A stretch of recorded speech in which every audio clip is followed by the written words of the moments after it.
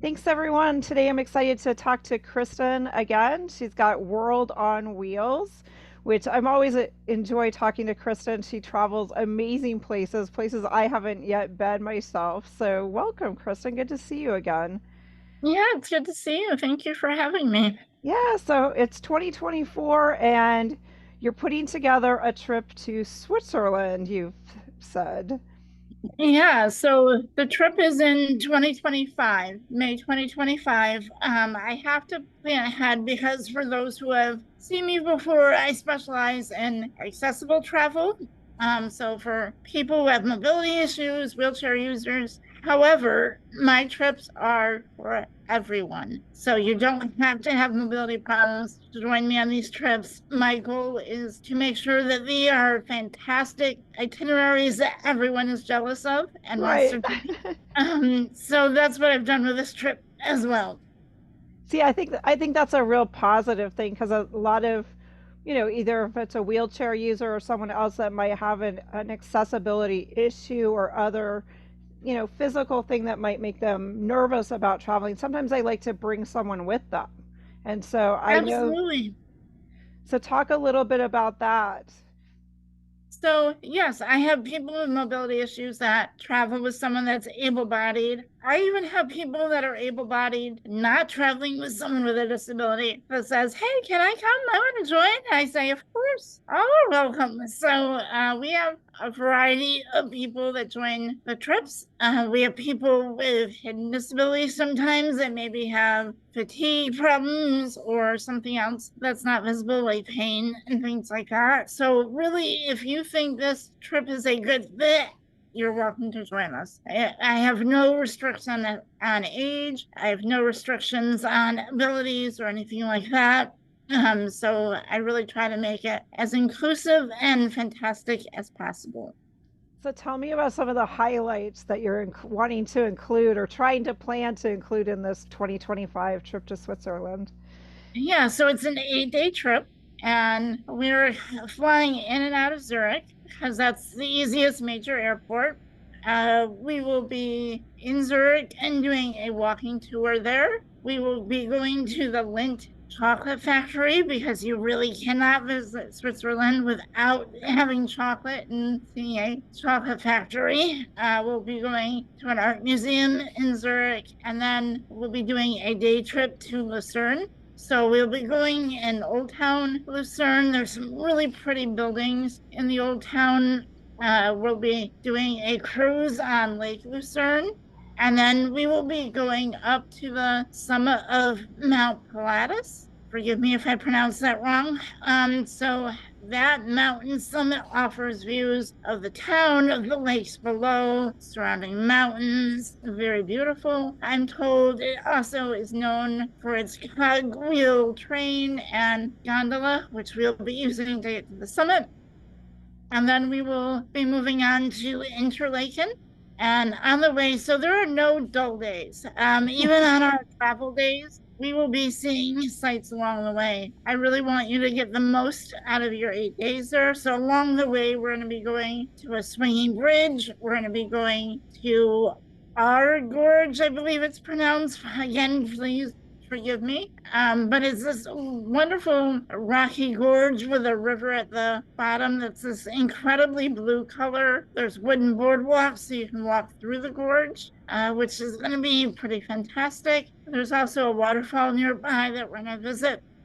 And then we'll stay the night in Interlaken. The next day is the Alps. We are going up Mount Niesen. So everyone usually knows Jungfrau, and that's known as the top of Switzerland. We will not be summiting that mountain, but from Mount Niesen, we will have a fantastic view of Jungfrau and the other two mountains that are right with it. So that'll be really cool. We will also be visiting the small, quaint villages of Thun and Spiez. Again, pronunciation. I am That's okay. sorry. I will get better. And they are known to be on lakes. They have castles. They're really cute villages. We will also be taking the Golden Express Railway from Interlaken to the end of the line. I forget the name of the town. But it is one of the many scenic railway journeys in Switzerland. So again, you cannot go to Switzerland without hopping on a train and just watching the beautiful villages and stuff go by. So we will do that. The town that it ends in is right on Lake Geneva. So we will get to see Lake Geneva. We will be going to a cheese making demonstration because again, Switzerland, known for its delicious fondue and cheese, so we can sample that, see how it's made, and then we will be heading to Bern, Switzerland, and in Bern, we will be doing a walking tour of the city and seeing what it's known for, and visiting Bear Park. So the bear is like the iconic symbol of Bern, and so in one of their public parks, they have bears that roam in confined spaces. So you're not going to get attacked by one, but you'll get to see them and appreciate them. And then we'll be leaving from Zurich. So it's a pretty full itinerary. Yeah, it is. But again, trying to touch on all the major iconic things to do and places to see within that time frame. Oh my gosh, it just sounds amazing. So, if people wanted to add a couple days at the beginning or end of the trip, is that something you can assist them with or give them some pointers on perhaps? Certainly, I know that I plan on adding a day before the trip. I'm going to be coming from Italy, which is a different tour I'm going to be doing and have more information on later this year. But I will be coming from Milan. And so there's another scenic railway that goes from Chur, Switzerland. Again, I don't know if I'm pronouncing that correctly. And it goes down to Tirano, Italy. So it connects the two countries, but it is another one of the famous scenic railways, and that's how I'm going to be getting to Switzerland from Italy, is doing that. So I'm going to take a day ahead of the tour to do that. And so certainly if you wanted to do that at the end of your tour, that could be something you could spend an extra night in Zurich, take a regional train from Zurich to Chur, and then hop on the Bernina Express to go to Italy, should that, strike your fancy. Yeah, I can't believe all the stuff you're packing into this trip. This is just amazing. So, what are some of the things that people might want to think about before they take the trip? Are there things they, with a group, how big is the group going to be? I'm sorry. People. 10 people? That's a good Mhm. size. But again, packing or, other things that they should let you know about ahead of time. I'm sure you have a kind of an extensive, just so you can provide infrastructure to help them should they need assistance. Yeah, so all the transportation is accessible. If you are a wheelchair user, you can stay in your wheelchair during the trip. We will be moving hotels 3 different times. So that, important to know for packing, for all of that. We try to do day trips, so we're not moving a ton in that 8-day period, but 3 times is, at least 2 nights in each location. And then the train rides are accessible. We have that all worked out. I'm using a local accessible tour company in Switzerland. That's all they do is accessible travel in Oh, wow. Switzerland. So they are doing all the reservations. They're taking care of all the tickets ahead of time and things like that. Which is really nice because it Yeah. won't be stress on your part. The only thing you'll have to book are flights. And that's because everyone comes from a different place. The other thing to know is the walking tours can range anywhere from 2 to 4 hours in length. So if you have fatigue issues, that is something to be aware of. We will be stopping at places, so we're not going to be walking continuously for those entire 4 hours, 2 to 4 hours. We'll be stopping to take pictures, look at, important buildings and things like that. I'm not sure how many benches are available to rest along the way, so that's something to keep in mind. The other thing to keep in mind is Europe and Switzerland are known for their delightful cobblestones. Yes. So that can add uneven surfaces if, balance is an issue, or if you're using a cane or a walker, something to take into consideration. We will be using the most accessible paths to try to minimize the effect of the cobblestones, but they will be present. We will be using stair-free routes. So if stairs are an issue, we will be avoiding those because obviously there will be wheelchair users with us, myself included. And stairs and wheelchairs do not mix. So we're really trying to make this as accessible and inclusive as possible. But those are just a couple things to really think about to determine if this would be a good fit for your individual needs. I know that the day trips will be taking the vehicle, so we will be, trying to limit the amount of walking.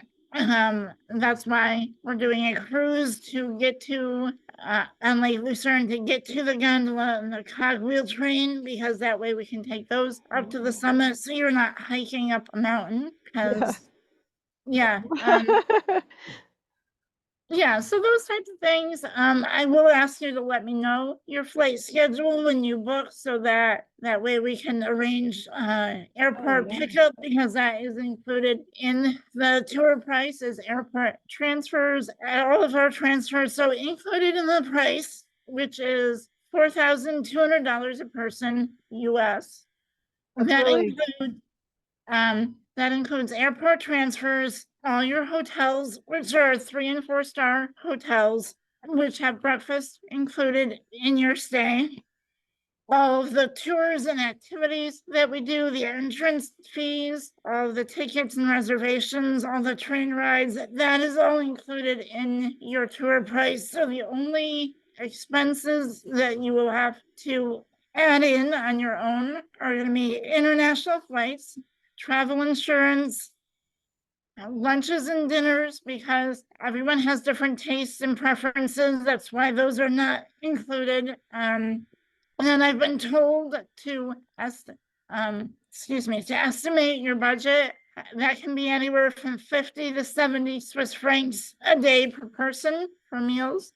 Switzerland is very expensive, so that's why those costs are that way. But you could always buy snacks at a grocery store and like pack picnic lunches to help kind of save on those costs. So yeah, those are, and then any personal souvenirs or drinks or whatever will be at your own expense, for laundry, things like that. But I tried to make this tour as inclusive as possible, so you would know the price up front. Yeah, I mean, that is actually a great price for Switzerland, with knowing that Switzerland is one of the most expensive countries to visit in Europe. I mean, that is actually a really good price, Kristen, for everything that's included. That's amazing, actually. I try my best because I know everyone has a bucket list, and we're always saving up money to go on our bucket list. And the cheaper or more affordable one trip is, allows you to do more other trips. So Yeah, exactly. So what inspired you to consider going to Switzerland? it has always been on my bucket list. I'm a mountain lover for sure. I'm a chocoholic and I love cheese. So that kind of like, if you think of all those things in one place, Switzerland is the definition of those places. So I'm really excited. The scenery looks gorgeous from all the photos I've seen. I spoke to someone that said that, guess what? The scenery is just as beautiful as the picture. So I'm really excited to see that. I do amateur photography, like I'm not professional in any means, but I like taking photos, and so it's another good fit for that. I love nature, so like it kind of just checks a lot of boxes for me, and I know it does for other people as well. And so if I can help you get there in an affordable way and just have fun and meet new people and make friends, then that's awesome. Yeah, that sounds amazing. So tell us a little bit about your website and your blog, because I know you've had that for quite a while, and you also offer assistance to people that, they're excited to go to Switzerland, but maybe they want to plan it on their own, or, who knows, maybe the dates don't line up. So I know your blog offers a lot of resources for people. Yeah, so my blog is worldonwheelsblog.com. and there's a bunch of accessible information on various travel destinations that I've been to. So not just Europe, although Europe is wonderful and a lot of information there. But I've been to, across the US, South America, Antarctica. So there's a lot of information on a variety of destinations in terms of accessibility, how you can travel there, the best ways to get there, what you can do there, things like that. I do have other tours that I offer. So I have an accessible tour page right on the website that you can check out. So if Switzerland doesn't line up for you, or maybe you've already been, you can check out the other upcoming tours that I'm going to be offering in 2025. Right now, my 2024 tours have sold out. So yeah, so my tours are becoming very popular. So yeah, the 2024 one's already sold out. There's a lot of interest. Switzerland right now, the dates, I forgot to mention the dates, so I'll do that in a minute. But right now the first tour only has 3 spots left. If I have enough interest, I will open up another travel date for Switzerland. That's not a problem. So let me know if you're interested, so I know whether to open up additional dates. But I have other really cool tours coming up as well. I mentioned Italy when I was talking about Switzerland. So yeah, there'll be a lot of options and a lot of great things to find out about accessibility. And you're welcome to email me with questions as well at worldonwheelsblog@gmail.com. Oh, Kristin, thank you so much. And tell us the dates again for the Switzerland 2025 trip. Yes. So Switzerland 2025 is May 24th through the 31st. And if Nice. there's enough interest, I will open up a tour the week before that. Yeah, I was just going to say that probably makes sense to do one either the week before or the week after. And Yep. that it makes it easier for you to kind of just stay in that area. And that would be fabulous. I'm sure you wouldn't mind spending 2 weeks in Switzerland, basically. So I wouldn't be on, if another tour day opens up, I will not be on that trip because that is when my Italy trip is Oh, happening. okay. But I will be nearby. Italy is not that far away, so I'm available for questions or things come up. But the tour operator we're using is also available and on the ground to assist with any possible issues that come up as well. So you will be well taken care of. I also have virtual Facebook groups so that you can meet your other travel companions ahead of the trip. So I know that can be a little concerning for people traveling with strangers. I have wonderful people that follow me, that read my blog, so I don't anticipate there being any issues with that. But it's always nice to virtually meet people before you actually meet in person. So that's why I offer that as well.